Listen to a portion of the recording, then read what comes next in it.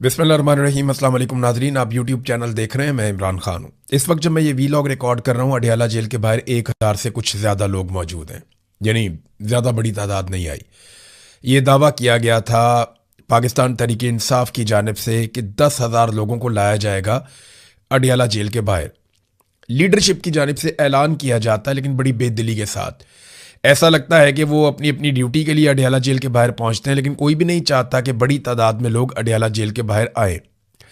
अलीमा खानम ने आज दोपहर को ये कहा कि हम जब इमरान खान साहब से मुलाकात के लिए आज जा रहे थे तो हमें महमूद अचकजई साहब ने यह कहा कि पाकिस्तान तहरीक इंसाफ का एक पैगाम है, और वो पैगाम ये है कि अगर आप अपने एहतजाज को थोड़ा आगे ले जाएं और अपने धरने को थोड़ा आगे ले जाएं तो हम 10,000 लोग लेकर पहुंच जाएंगे।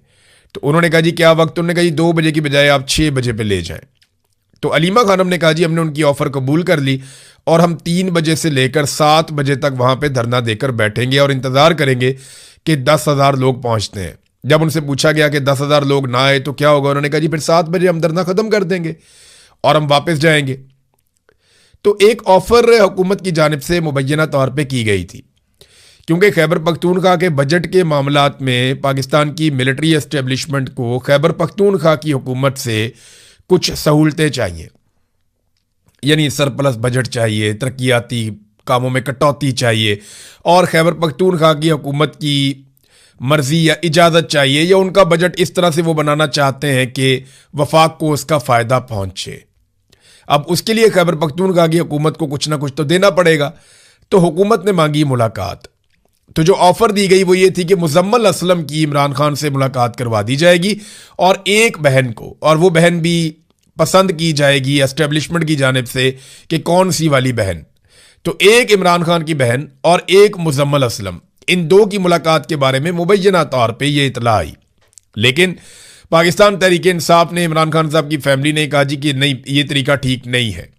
मुलाकात तो सुहेल अफरीदी की होनी चाहिए और मुलाकात तो बाकी लोगों की होनी चाहिए, और इमरान खान साहब की बहनों को मिलवाना चाहिए, और ये मुलाकातें जारी रहनी चाहिए। ये क्या तरीका है कि आप 2 मिनट की एक मुलाकात करवाएंगे और उसके बाद आप कहेंगे देखें जी आपने अपने भाई को देख लिया, काफ़ी हो गया। तो ये तरीक़ाकार ठीक नहीं है, हम इस ट्रैप में नहीं आते। तो फिर पाकिस्तान तहरीक इंसाफ ने कॉल दी कि 10,000 कारकुन वहां पे अडयाला के बाहर पहुंचे। राना सनाउल्लाह साहब ने चैलेंज किया कि अगर ये 10,000 बंदे वहां पे इकट्ठे कर ले तो फिर आकर मेरे साथ बात कर लें, हम इनकी बात मान लेंगे। लेकिन अगर ये 10,000 बंदे इकट्ठे ना कर सकें तो फिर जिस तरह वजीर आजम ने कहा वैसे चुपचाप करके बैठे और बात सुने सर फेंक के। तो अब ये चैलेंज तो हुकूमत ने भी कर दिया था, और हुकूमत ने कोई रुकावट खड़ी नहीं की। पाकिस्तान तहरीक इंसाफ की लीडरशिप के रास्ते में हुकूमत ने कोई रुकावट खड़ी नहीं की, लेकिन इसके बावजूद 1,1200 लोग, मेरे ख्याल में मैक्सिमम 1,500 होंगे, इससे ज़्यादा लोग पाकिस्तान तहरीक इंसाफ इकट्ठे नहीं कर पाई।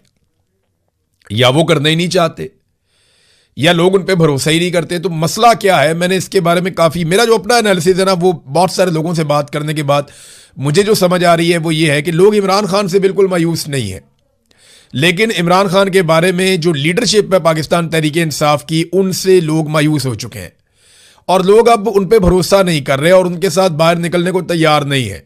बार बार लोग निकलते हैं, उनके कहने पर आ जाते हैं, लेकिन कुछ भी नहीं होता। आज जो लोग आए हैं इनके बारे में मैंने पूछा, जो वहां पे सहाफ़ी मौजूद हैं, कि मुझे आप बताइए कि ये कौन लोग हैं जो आए हैं और इन्हें कौन लेकर आया। तो जो जर्नलिस्ट हैं उन्होंने मुझे बताया जी कि ये मकामी सतह पर जो लोकल क़यादत होती है, ये वो लोग आए हैं। ये ऐसा नहीं है कि कोई MNAs, MPAs, सेनेटर्स अपने साथ बंदे निकाल कर लाए हों, या खैबर पख्तूनख्वा की हुकूमत ने, या जो सूबाई सदर हैं जुनैद अकबर, उन लोगों ने जोर लगाया। कहते जी वो नहीं है। ये ज़्यादा लोग पंजाब से आए हैं, कम लोग खैबर पख्तूनख्वा से आए हैं, और ज़्यादा लोग वो हैं जो मकामी सतह की क़यादत है। कोई अपने साथ 10 ले आया, कोई 20 ले आया, कोई 50 ले आया। तो लोग यहाँ पे आते हैं और तस्वीरें बनाते हैं, चले जाते हैं। उसका एक रीज़न ये भी है कि आगे बल्दियाती इंतखाबात आ रहे हैं, उसके लिए एक्टिविटीज़ शुरू हो गई है। हर बंदे को टिकट चाहिए, तो जो लोग टिकट चाहते हैं उन्हें पता है PTI का टिकट मिलेगा तो जीतने का इम्कान बढ़ भी जाएगा। जज्बाती वोट सारा पाकिस्तान तहरीक इंसाफ के साथ है, जितना आम आदमी है वो पाकिस्तान तहरीक इंसाफ के, इमरान खान के साथ है, तो वोट ले लेते हैं। अब धांधली तो आपको पता है हर इलेक्शन में होती है, लेकिन अगर वोटों पे कोई हिफाजत कर सके तो वो पाकिस्तान तहरीक इंसाफ के टिकट पे इलेक्शन जीत सकता है। तो यहाँ पे ये लोग आए, 1500 के करीब लोग मैक्सिमम भी, अगर मैं बहुत बढ़ा के भी आपको बताऊं तो ये 1500 लोग होंगे, इससे ज़्यादा लोग नहीं है। पाकिस्तान तहरीक इंसाफ, यानी इमरान खान साहब निकलते थे सिर्फ अपनी पेशी पे जाने के लिए तो 10-20 हज़ार बंदा साथ भागना शुरू कर देता था। लोग पैदल निकल पड़ते थे, 1-1, 1.5 किलोमीटर तक अवाम ही अवाम होती थी, सर ही सर होते थे। ये इमरान खान साहब जब पेशी पे जाते थे तब की बात है। तो उस इमरान खान के लिए लोग कॉल करते हैं और सिर्फ 10,000 बंदा अडियाला के बाहर नहीं आता, ये बात समझ में आने वाली नहीं है। हाँ, समझ में जो बात आती है वो ये आती है कि लोगों को एक तो मार इतनी पड़ी है और इतना ज़्यादा हुकूमत ने सख्ती की है, इतने लोगों को उठा उठा कर जेलों में डाला है कि एक ये खौफ है। दूसरा, जो क़यादत लेकर जाती है लोगों को या वहाँ जाती है वो बड़ी बेदिली के साथ ये ऐलान करते हैं और लोग ये जानते हैं कि दे आर नॉट सीरियस। जब भी कभी कोई सीरियस तहरीक चलती है या कोई संजीदगी के साथ आगे बढ़ता है तो लोग उसको रिस्पॉन्ड करते हैं, लेकिन ओवरऑल एक मायूसी है जो हम देख रहे हैं। लेकिन जो भी एहतजाज होता है ना उसकी लंबी तैयारी होती है। आज अगर जॉइंट अवामी एक्शन कमेटी एक मजबूत अवामी एहतजाज खड़ा करने में कामयाब हुई, मैंने कल के मनादिर देखे तो बहुत बड़ी तादाद में लोग निकल कर आ गए थे क्रैकडाउन के बाद, और पूरा पंडाल ना सिर्फ भरा हुआ था बल्कि अलग अलग जगहों पर धरने हो रहे थे। तो ये इतनी स्ट्रेंथ आपके अंदर तब आती है जब आपने कई महीनों की तैयारी की हुई हो। पाकिस्तान तहरीक इंसाफ फौरी तौर पे कहती है जी कल आना है, परसों आना है, तो वो लोग कहाँ आएंगे? आपको तैयारी करनी पड़ेगी। आज होना तो ये चाहिए कि पाकिस्तान तहरीक इंसाफ 5 अगस्त 2026 की तारीख दे दे और अपनी डिमांड सामने रख दे कि जनाब ये हमारी डेडलाइन है और ये हमारी डिमांड्स हैं। अगर ये डिमांड्स नहीं मानी जाती तो 5 अगस्त 2026 को हम पूरा पाकिस्तान लेकर अडियाला की तरफ जाएंगे या हम इस्लामाबाद की तरफ जाएंगे। कॉल तो फिर इस तरह दी जाती है 50 दिन पहले, 60 दिन पहले, कम से कम 50-60 दिन पहले आप कॉल दें, फिर तैयारियां करें, फिर लोगों को निकालें, पूरा एक बयानिया बने, हर आदमी की ज़हन साजी की जाए, फिर स्ट्रीट मूवमेंट चले, फिर लोग निकलते हैं। ऐसे थोड़ी लोग निकलेंगे कि आप कहेंगे लोग आपके ज़ाती मुलाजिम नहीं हैं। लोग इमरान खान से प्यार बहुत करते हैं, लेकिन लोगों को इमरान खान की जो पॉलिटिकल पार्टी है उसकी लीडरशिप को वो शक की नज़र से देखते हैं और अब वो उनसे मायूस हो चुके हैं। देखें वो कॉलें दे दे के थक गए, लोग नहीं निकलते ऐसे। तो आपको पूरी तैयारी करनी पड़ेगी। अगर आज ये तारीख दे दें, मिसाल के तौर पे आज मिड है जून का, तो अगस्त की 5 तारीख अगर दें तो ये 1.5 माह का टाइम है इनके पास। तो इस 1.5 माह में बड़े पैमाने पे लोगों को इकट्ठा किया जा सकता है। अब आ जाए नाजरीन कुछ और खबरों की तरफ। फैसल वाडा टीवी के ऊपर अचानक से नजर आए। हर मौके पे फैसल वाडा अचानक से आ जाते हैं और आकर चित्रौल शुरू कर देते हैं। ज्यादा चित्रौल वो नून लीग की करते हैं। फैसल वाडा की कई प्रेडिक्शंस गलत भी हुई। यानी इसी फैसल वाडा ने कहा था कि सवाल ही पैदा नहीं होता कि सुहेल अफरीदी वज़ीर आला बन जाए, लेकिन वो बन गया। फैसल वाडा ने और बहुत बातें की थी, बहुत सारी प्रेडिक्शंस गलत हो जाती हैं। ख्वाहिशात होती हैं ना जर्नैलों की, वो इनको बता देते हैं तो वो उनको कहते हैं ये मेरी पेशन गोई है। तो अब वो लगातार नून लीग की चित्रौल कर रहे हैं, उसी बूट के साथ जो बूट उन्होंने काशिफ अब्बासी के प्रोग्राम में उठा के टेबल पर रख दिया था।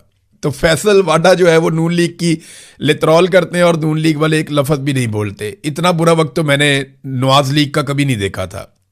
यानी नवाज लीग के लोगों को मुशर्रफ के दौर में भी मैंने देखा कि वो गैरत खा जाते थे, वो बात करते थे, जोर लगाते थे, मुकाबला करते थे, लेकिन आसिम मुनीर के दौर में वो सिर्फ लितर खाते हैं और वो उनकी बहुत चित्रौल हो रही है। और फैसल वाडा जैसा बंदा कर रहा है जो किराए के वोट लेकर सेनेटर बना हुआ है। और औकात आप सारे जानते हैं फैसल वाडा की, हम सबको पता है। लोग तो इन्हें टॉमी भी कहते हैं, मुझे बहुत बुरा लगता है, लेकिन लोग कहते हैं, उन्हें टॉमी नहीं कहना चाहिए। लेकिन फैसल वाडा ने जर्नैलों की तारीफ़ें की हैं, फौजी क़यादत की बहुत ज़मीन आसमान के कलाबे मिलाए उनकी तारीफ़ें की, और सियासतदानों को जो है वो ये बहुत रगड़ा लगाते हैं, उनकी ठुकाई करते हैं। तो सियासतदानों के अंदर एक घुसपैठिया है जो जिस थाली में खाता है उसी में छेद करता है। सियासतदानों को ना ऐसे लोगों को पहचानना चाहिए और उनको अपनी सफ़ों से अलग करना चाहिए। जो सियासतदानों को ही गाली देता है और सियासतदान के तौर पे ही पहचाना जाता है। हमारे सहाफ़ियों में भी ऐसे लोग हैं। एक सहाफ़ी है ऐसा, वो हर जगह बैठ के ना सहाफ़ियों को गालियाँ देता है और वो ये कहता है कि पाकिस्तान में मीडिया पे 10 साल के लिए पाबंदी लगा देनी चाहिए, पाकिस्तान में मीडिया होना ही नहीं चाहिए, जो करा रहा है मीडिया करा रहा है। अच्छा, जैसे ही नवाज शरीफ का दौर आता है ना तो ये बहरूपिया जो एक सहाफ़ी है ये हर जगह बैठ के ये कहता है कि आप बंद कर दें, और वो सुन रहा है तो उसको पता है कि मैं उसका नाम ले रहा हूं और मैं उसके बारे में कह रहा हूं। और अगर वो अपनी हरकतों से बाज नहीं आएगा ना तो ये जो भरम है ये भी जाता रहेगा। तो ये मीडिया को गालियां देता है नवाज शरीफ के दौर में कि मीडिया अच्छा नहीं है। इमरान खान के दौर में ये आज़ादी इज़हार राय का एक दाई बन जाता है, एक उसके लिए बहुत बड़ी आवाज़ बन जाता है। तो यहाँ एक से एक जो है वो मनहूस बैठे हुए हैं जो अपने अपने फ़ायदे की बात करते हैं। मिसाल के तौर पे आप ये देखें कि जो सीसीडी ने कत्लेआम किया, एक सानिया साहिवाल हुआ था, हमने उस पर कितनी आवाज़ उठाई थी। पाकिस्तान के मीडिया ने ट्रांसमिशंस कर दी थी, हेडलाइंस चलती थी, बहुत रोला डल गया था पूरे मीडिया पे, शोर मच गया था कि साहिवाल के अंदर जो सीटीडी ने किया उस दौर में वो कितना बड़ा जुल्म था। उस जुल्म के खिलाफ हम सब ने आवाज़ उठाई। यानी जितनी आवाज़ मैंने उस जुल्म के खिलाफ उठाई थी उसका 20% भी मैंने खुद ज़ाती तौर पे आपके सामने मैं एडमिट कर रहा हूँ, एतराफ़ कर रहा हूँ कि मैंने ये जो जुल्म हुआ चकवाल में इसके खिलाफ 20% भी आवाज़ नहीं उठाई। वजह यह है कि निज़ाम ने हमें मायूसी कर दी है। हमें पता है इंसाफ होना ही नहीं है, जुल्म इतना ज़्यादा हो रहा है, नाइंसाफ़ी इतनी ज़्यादा हो रही है कि कौन कौन सी नाइंसाफ़ी के बारे में बात करें। उधर सीधी गोलियां मार देते हैं। आज़ाद कश्मीर में जो आदमी निकलता है अपने हक में बात करने के लिए, उनका नया नाम निकाल के रख दिया जी ये शरपसंद है। तो 12-10,000 बंदा तो पहुंचा नहीं। दूसरी जानिब फैसल वाडा ने अच्छी खासी लानत मुलामत की उनके ऊपर। आज़ाद कश्मीर में सिक्योरिटी फोर्सेज जब से दाखिल हुई हैं उसके बाद से ताकत के इस्तेमाल को तरजीह दी जा रही है। ज़बानी बातचीत या कोई आपस में बैठना सियासतदानों का, उस पर लगभग पाबंदी लग चुकी है। देखिए सियासतदान बैठते हैं, कोई ना कोई मसला हल होता है, लेकिन मैं आपको बार बार बता रहा हूं कि जो फोर्सेज हैं वो लगातार स्ट्रेट फायर करती हैं, लोगों को ज़ख्मी किया जाता है, लोगों को मारा जाता है और टॉर्चर भी किया जाता है, लोगों की गिरफ्तारियां हो रही हैं, उनकी इमलाक को नुकसान पहुंचाया जा रहा है। ये सब कुछ इसलिए है कि इंतशार फैलाया जाए, ये सब कुछ इसलिए है कि लोगों को इश्तियाल दिलाया जाए और फिर आज़ाद कश्मीर के अंदर अपने मकासद पूरे किए जाएं। ये जो 12 नशिस्तें हैं ये मिलिट्री एस्टेब्लिशमेंट और नून लीग ने अपनी रेड लाइन बना ली है, क्योंकि वो ये जानते हैं कि इन्हीं 12 सीटों की मौजूदगी में वो आज़ाद कश्मीर में अपनी हुकूमत कायम करने के काबिल होंगे। इसके बगैर वो अपनी हुकूमत कायम करने के काबिल भी नहीं रहेंगे। देखिए अभी मैं बात कर रहा था सीसीडी वाले केस की। इसमें एक चीज़ हमें ध्यान में रखनी पड़ेगी कि जिस मुल्क में मिस्टेकन आइडेंटिटी में बंदे मार दिए जाएं कि जनाब पता ही नहीं चला गलती से मार दिया, और ये खबरें आलमी सतह पे छपे, वहां पे कौन सियाहत लेकर आएगा, वहां पे कौन सरमायाकारी लेकर आएगा। इसके खिलाफ आवाज़ उठानी चाहिए और ये हरकतें बंद करनी चाहिए। अदालतों का वजूद पाकिस्तान में ख़त्म हो गया है।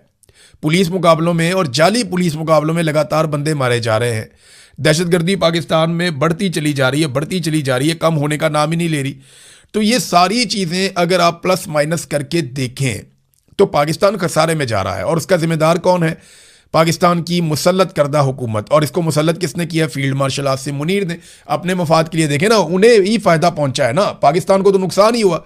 पाकिस्तान की तो मईशत गिर गई, पाकिस्तान की सरमायाकारी ख़त्म हो गई, पाकिस्तान में दहशतगर्दी बढ़ गई, पाकिस्तान के हालात ख़राब हो गए, सियासी अदम इस्तेहकाम हो गया। पाकिस्तान के साथ तो बहुत बुरा हुआ, लेकिन फील्ड मार्शल आसिम मुनीर के साथ तो अच्छा हुआ ना, उन्हें 5 साल मजीद नौकरी मिल गई। और उसके साथ साथ फील्ड मार्शल आसिम मुनीर को इस्तिस्ना भी मिल गया कि ताहयात अगर वो कोई जुर्म करें तो उन्हें कानून नहीं पकड़ सकता। तनख्वाहदार तबके के हवाले से नाजरीन ये दावा किया गया कि उनका टैक्स कम किया जाएगा, लेकिन हकीकत क्या है ये आप देख लीजिए। रवा माली साल तनख्वाहदारों से 655 अरब रुपए जमा किए गए, जबकि आइंदा बजट में 700 अरब वसूल किए जाएंगे। ये ना आम आदमी को पता ही नहीं है उनके साथ क्या हो रहा है। ये आपकी जेब का एक सुराख बंद कर रहे हैं ना, तो 4 मजीद सुराख आपकी जेब में पैदा कर रहे हैं। ये आपका खून पसीना निचोड़ लेंगे। और याद रखिएगा 1 से 2 साल अगर ये हुक्मरान मजीद रहते हैं और इन्हीं पॉलिसियों पे काम करते हैं और पाकिस्तान में सियासी इस्तेहकाम नहीं आता, तो पूरा पाकिस्तान वो कीमत चुकाएगा जिसका हम कभी अंदाज़ा भी नहीं लगा सकते। ये मईशत को पूरी तरह निचोड़ के रख देंगे। ब्रेन ड्रेन बहुत बड़े पैमाने पर हो रहा है। इमरान खान साहब की बहनों का एक मौक़िफ़ भी आया है, ज़रा वो भी मैं आपके सामने रख देता हूँ। और उन्होंने कहा जी कि हमें इत्तला मौसूल हुई है कि 15 जून को इमरान खान को एक बार फिर पिम्स अस्पताल मुंतकिल किया गया। हमें बैरिस्टर गौर की ट्वीट के ज़रिए से मालूम हुआ। जो जारी किया गया है तिब्बी रिपोर्ट, हम उसको मुस्तरद करते हैं अस्पताल इंतज़ामिया की जानिब से। माजी में भी मशकूक दावे ये इदारा कर चुका है कि इमरान खान की बिनाई 90% बहाल हो चुकी है। बाद में जब उनके वकील अडियाला में मुलाकात के लिए गए तो इमरान खान साहब ने इस दावे को मुस्तरद कर दिया, जी मेरी जो नज़र है वो बहाल नहीं हुई। एक बुनियादी सवाल अब भी जवाब तलब है, इमरान खान को 5वें इंजेक्शन की ज़रूरत क्यों पेश आई? हम हुकूमत के मौक़िफ़ को कबूल नहीं करते। हमारा मुतालबा है कि इमरान खान का मुआयना और इलाज इस्लामाबाद के शिफा इंटरनेशनल अस्पताल में आज़ाद और मुस्तनद माहिर डॉक्टरों से करवाया जाए। फिर उन्होंने अदालती अहकामात बताया कि जनाब हमारी मुलाकात के लिए अदालतों ने भी कहा हमारी मुलाकात नहीं होने दी जा रही। इमरान खान साहब को कैद तन्हाई में रखा हुआ है। इमरान खान को हुकूक से महरूम करना महज एक सियासी मसला नहीं बल्कि जेल मैनुअल और हाई कोर्ट के अहकामात की सरी खिलाफ वर्जी है। जेल मैनुअल के मुताबिक इमरान खान दर्ज झेल हकूक के हकदार हैं। नंबर 1, अपने बेटों से हफ्तावार टेलीफोनिक गुफ्तगू, ख़ानदान के अफराद से हफ्तावार मुलाकात, अपने वकला से हफ्तावार मुलाकात, किताबों और मुताले के मवाद तक रसाई, टेलीविज़न और अखबारात तक रसाई, मुनासिब तिब्बी इलाज और बाकायदा तिब्बी मुआयनों तक रसाई, किसी भी तिब्बी अमल या तरीक़ा इलाज से कबल करीबी अहल खाना को इतला देना। इसके अलावा जो हाई कोर्ट के अहकामात हैं उसके मुताबिक वो ये बताती है कि इमरान खान को अपने बेटों से टेलीफोन पर बात करने की इजाज़त दी जाए। ये हाई कोर्ट ने बाकायदा अहकामात दिए हुए हैं और मुलाकातें भी करवाई जाएं। और 6 दोस्त जिनमें पार्टी नुमाइंदगान भी शामिल हों हर जुमेरात को उनसे मुलाकात कर सकते हैं, लेकिन इमरान खान साहब की मुलाकातें बंद हैं। उनकी बहनें जो है वो मुतालबात कर रही हैं, पार्टी जो है वो मुज़ाकरात कर रही है हुकूमत के साथ और हुकूमत जो है वो अब उनका मजाक उड़ा रही है। नादरीन, शहबाज शरीफ साहब ने ट्वीट किया और उस ट्वीट में 8 लोगों को मेंशन किया, यानी 8 लोगों को वो ट्वीट टैग किया कि ये 8 लोग हैं जिनकी वो खुशनुदी हासिल करना चाहते हैं। ये जो जंगबंदी हो रही है ईरान और अमेरिका के बीच में, तो पराई शादी में अब्दुल्ला दीवाना, वो कैसे मैं बताता हूँ आपको। शहबाज शरीफ ने जो टैग किया वो ट्रंप को किया, नायब सदर अमेरिका के जेडी वेंस उनको किया, मार्को रूबियो को किया, स्टीव विटकॉफ के एक अकाउंट को किया, फिर स्टीव विटकॉफ के दूसरे अकाउंट को किया। तो पहले 5 अमेरिकी अकाउंट्स को उन्होंने टैग किया। फिर बारी आती है ईरान की, यानी ईरान को प्रायोरिटी नहीं दी और यह भी नहीं देखा कि सदर ट्रंप को अगर आपने पहले किया तो फिर आप दूसरे नंबर पे ईरानी सदर को करें, फिर आप अगर जेडी वेंस को करते हैं तो फिर आप कालीबाफ को करें, फिर आप मार्को रूबियो को करते हैं तो फिर आप इराकची को करें। जो तरीकाकार था वो तो ये था, लेकिन 5 अमरीकियों को पहले रखा और 3 ईरानियों को बाद में रखा, जिनमें ईरानी सदर, कालीबाफ और इराकची, ये तीनों थे। अच्छा, अब इनों में से किसी ने भी इसको रीट्वीट नहीं किया। जब मैंने इसको देखा उस वक्त तक किसी ने भी शहबाज शरीफ के ट्वीट को रीट्वीट नहीं किया, हालांकि इनको मेंशन किया गया। जब आप किसी को मेंशन करते हैं तो उसका मकसद यही होता है कि वो इस पर रिस्पॉन्ड करे या कम से कम वो देख ले, लेकिन किसी ने भी रीट्वीट नहीं किया शहबाज शरीफ के ट्वीट को। तो हमारी हालत वो है कि अपने घर के अंदर भूख है, बच्चे स्कूल नहीं जा रहे, बर्तन बिक गए हैं, कर्जे चढ़ गए हैं, पूरा कुंबा आपस में दस्तों गिरबान है, घर के अंदर खाना जंगी लगी हुई है, एक दूसरे का सर फाड़ रहे हैं, नफरत की आग लगी हुई है, हर कोई घर से भागना चाहता है, मगर चौधरियों के बीच में सुलह हो रही है, हमें बहुत मजा आ रहा है। यानी अपने घर के अंदर भूख नाच रही है, अपने घर की हालत यह है कि कर्जे चढ़ रहे हैं, अपने घर की हालत यह है कि कोई चीज सही तरीके से नहीं हो रही, तरतीब के साथ कुछ नहीं हो रहा।